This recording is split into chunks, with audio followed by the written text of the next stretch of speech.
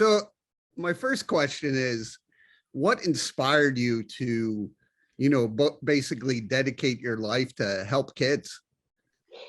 It was one of those things that happen when you're young and you don't realize it's an aha moment, but it sits in the back of your head somewhere. When I was in the military, had an experience once where I went into a hospital to visit a friend of mine who'd been injured, who was also in the service. And there were a bunch of little kids in the hospital, 5, 6, 7, 8-year-olds who were very sick. Some had been injured too. And I had taken a shortcut to visit my friend, found myself in the children's ward by accident, knew nothing about children in those days. I wanted to get out of there as quickly as possible. I walked past one of the beds, which had a few kids on because there wasn't enough room. And a little boy put his arms up to me as I walked by. And I'm in my uniform, and I think I'm really this big deal soldier, and this little chap couldn't have been more than 5 years old, very badly injured legs, reached up to me and he asked me to hold him. And I didn't know what to do. I looked around in a panic, and there were no adults in the room at the time. And he asked me again if I could please hold him. And something triggered very deep inside me, just this wash of empathy. And I took off my backpack and I bent down and I picked up this little boy, and he put his arms around me and he just wouldn't let go. And he buried his little face right here in my neck, and he started to cry. And that little boy's tears ran down my cheek and my neck and into my shirt and touched my heart. And it was very profound, but I went off, did my thing, but kept on hearing that voice in the back of my head. And I was in advertising for a while, directing TV commercials. And then one day I just decided that I was really tired of trying to convince people to buy things they didn't need, and decided to listen to that call and started writing, creating children's books, children's material. And that's basically how it started 35 years ago about by now. So what are some of the things that motivate you to continue to help kids grow? I spend quite a lot of time visiting kids at hospitals. I'm very proud to have served on the board of the American Childhood Cancer Organization for a number of years.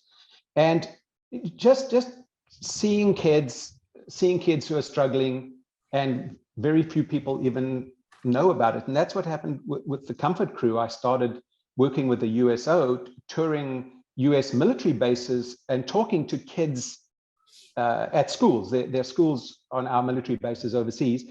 And I just realized that on top of difficulties that kids have normally growing up, these kids had extra difficulties. Their parents were deployed. When their parents came back, things were different. Kids had to move every 3 years, and that's traumatic. It's hard enough being a kid, but these thrown in. So I felt a very strong calling to try and see if we could help these kids manage their lives a little easier, just with a few tools and an understanding of what they're going through. And that's how we started. That's the seed that grew into the Comfort Crew.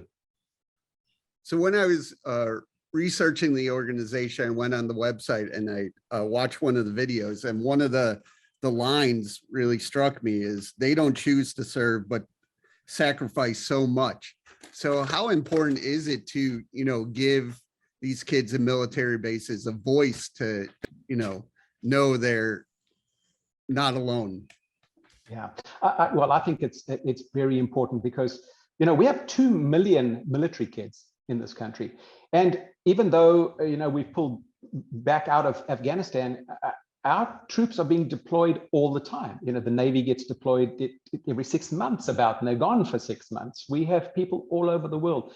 And as the general public go about their business, they just don't realize how hard it is to be sitting at home and knowing that a parent is defending this country, our country, and these kids are carrying a lot of the weight. People always say to me, so why do you do this? Well, I'm an American by choice. And having met so many of these service members, it's so hard for them too to leave their kids behind. Anybody who has kids, even if they go on a business trip, it's difficult. So we feel that these kids need extra support, and that's why we're around. We want them to be able to become resilient, learn from the experience, and not be left behind socially and emotionally. So can you tell me a little bit about the programs and what you do for the organization? Sure. So what we have we've developed kits. We have a grief kit, we have a deployment kit, a reintegration kit. We have a kit for kids whose parents may have visible or invisible injuries. And in these kits, we have journals with prompts. So kids can write down what they feel. There's in the deployment kit, there's postcards. And we explain to kids that there is something called the mail, that you can put something with a stamp on, which is kind of a nice, unique way for the kids to connect with their parents. There is a video in each one, an animated half-hour video, which deals with that particular topic. And we spent a lot of time creating those videos. And an example of how this works is, I was at a school once, and all the kids got deployment kits. In the kit is the journal, and we urge them to write down what they're feeling. Research is showing that when you write down what you're feeling, it helps you to process it better than just thinking of the solution. And I always tell kids, I don't know how it works, but it really works. And I got an email a while after that, and the little girl said, "Dear Mr. Trevor, when you came to our school, you gave us deployment kits, and I wrote my feelings in my journal. When my daddy came back from being deployed, I showed him my journal, and my daddy started to cry. When my daddy started to cry, that's when I knew my daddy got his feelings back. And when my daddy got his feelings back, that's when I knew I got my daddy back."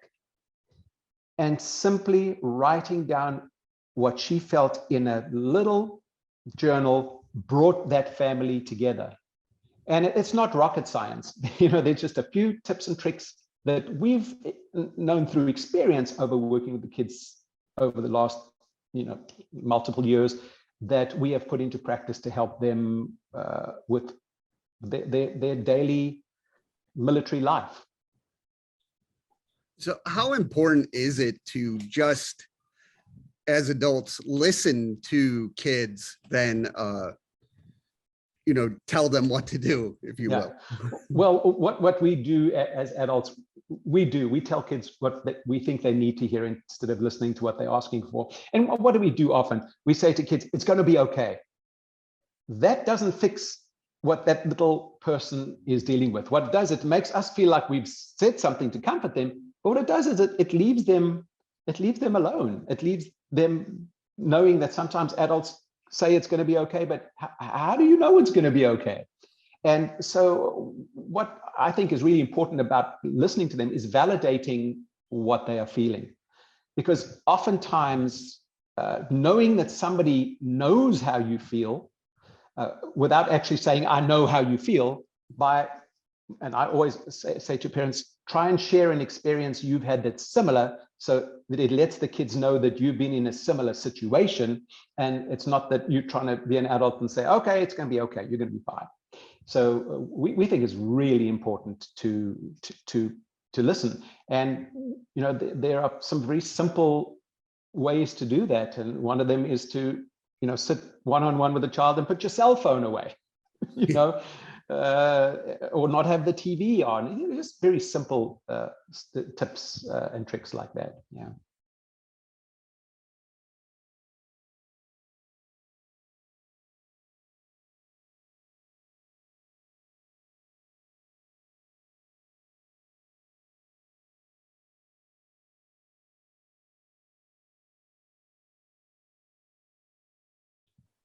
So what are some of the things you've learned from these military kits?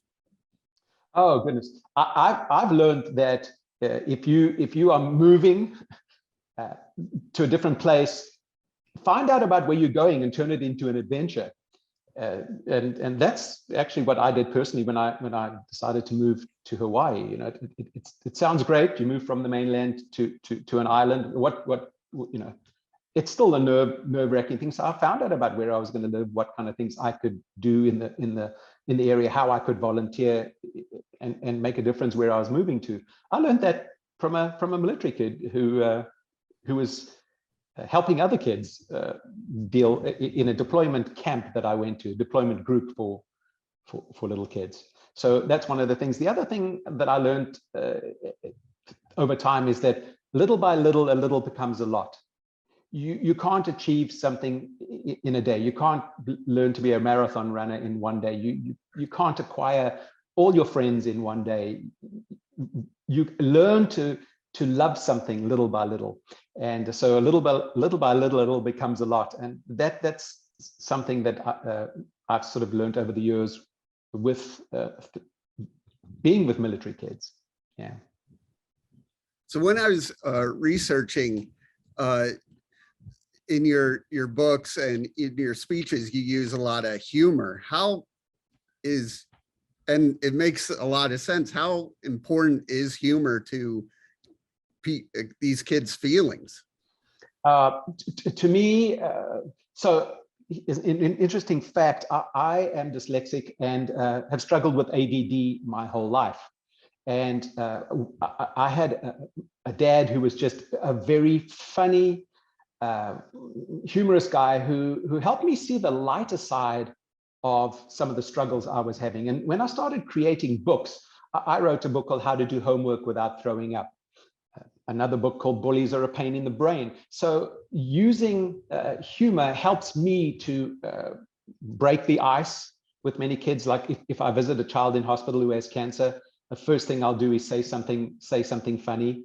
And what I often tell parents is you can even have jokes that you have put aside in your little mental Rolodex, that if there is a real tough situation, to throw out a one-line joke, it neutralizes things.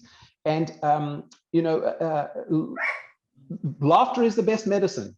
And so often I've been in tense situations and say something absolutely ridiculous, and the children burst out laughing, and you're like, well, okay. Well, here's a perfect example. I was at a school the other day, and the kids did not want to have a lecture from some old dude. It was close to home time, and I got up there and I said, hey, listen, guys, I want to tell you something.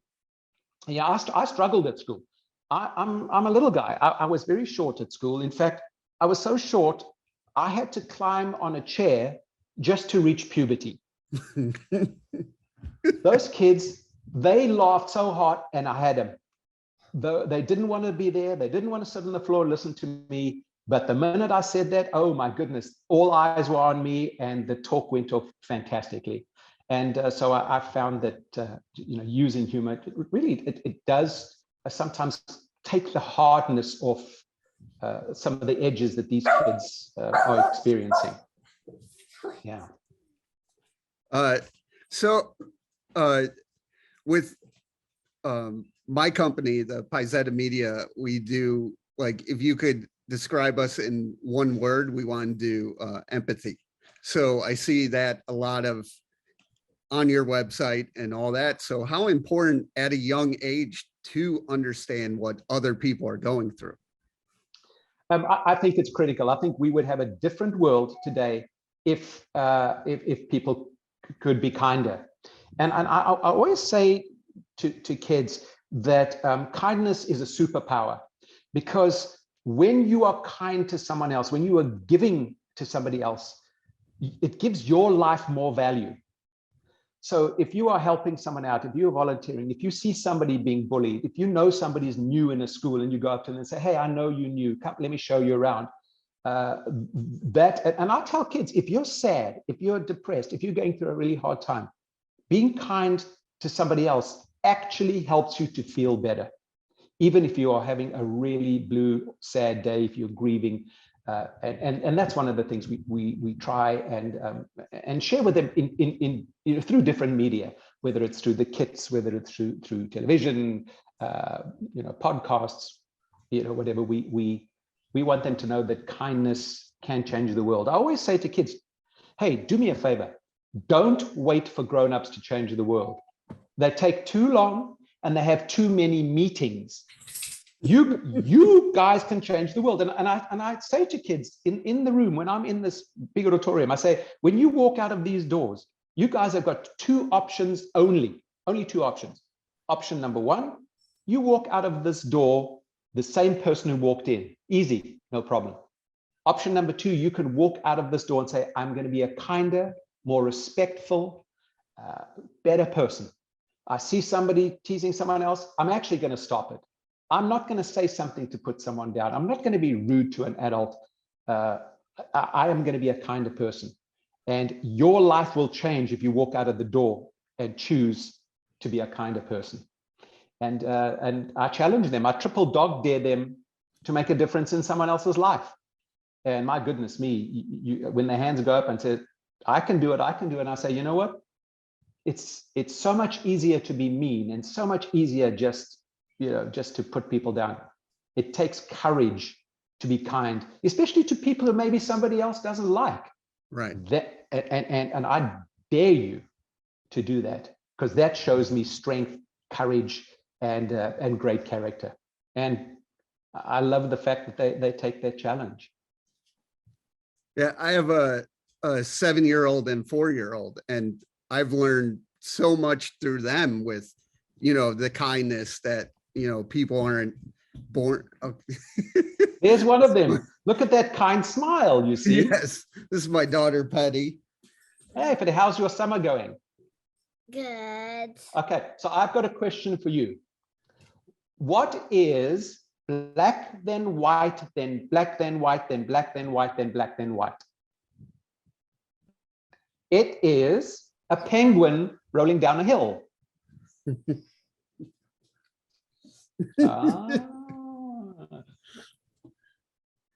So that's nice. So summer going good? Yes. Yeah. How many more weeks? What?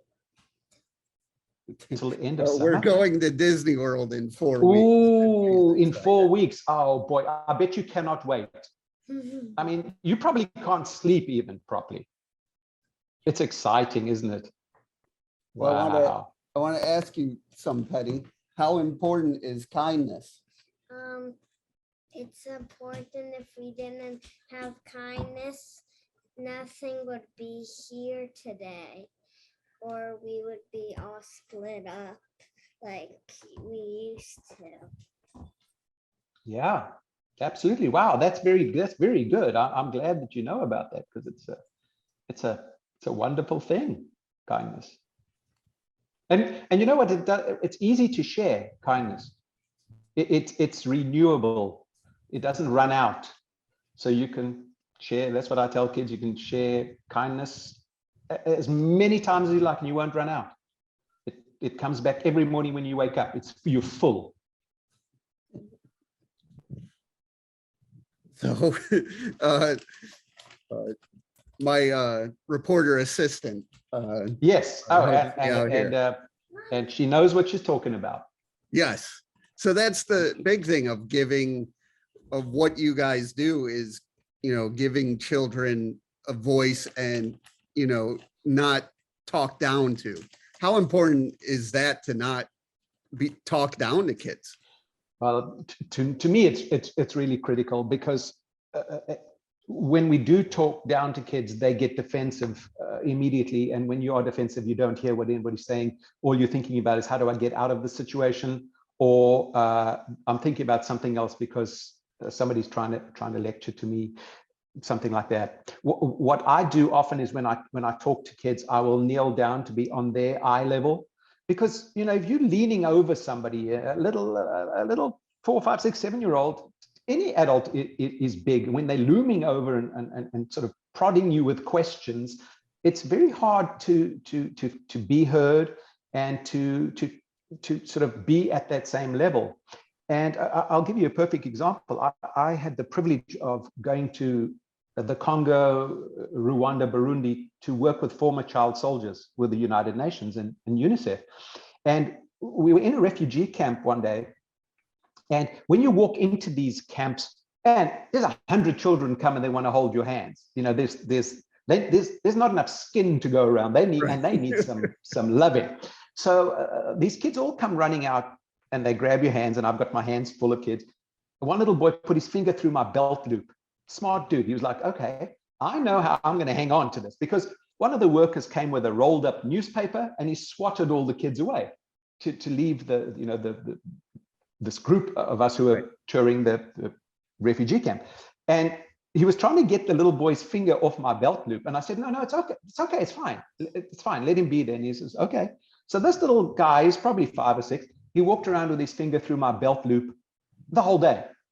And later in the afternoon, through the interpreter and through understanding a little bit of what he was trying to say, he wanted to ask me a question. Now, all of these kids were refugees from Rwanda, I believe. They didn't have any parents. They were orphaned. So the interpreter says he wants to ask you a question. So I said, okay. So I kneeled down and I looked at him directly in the face, in his eyes. And he said, can you help me find my mommy? I was about to answer him, and one of the workers said, I told you, we're going to find all your mommies one day, okay? And I put up my hand. I said, whoa, hang on. I said to the little boy, where do you think your mommy is? He goes, oh, she died. She's in heaven. I said, oh, you know what? My dad died too. And tonight when I say my prayers to my dad, I'm going to ask him to find your mommy and tell her you love her and you will never forget her, okay? This little boy got the biggest smile. He says, thank you, merci, merci. And he throws his arms around my leg and hugging me. He was fine. He ran off to play soccer with the other kids who were playing soccer with a rolled up ball of t-shirts. And he was so happy. All that little boy needed was validation, not somebody telling him what they thought he needed to hear or how to run his life. He needed somebody to be uncomfortable enough to be in that place with him. And that's what I've learned from all these kids, is how to sit in that very uncomfortable place without it becoming about me.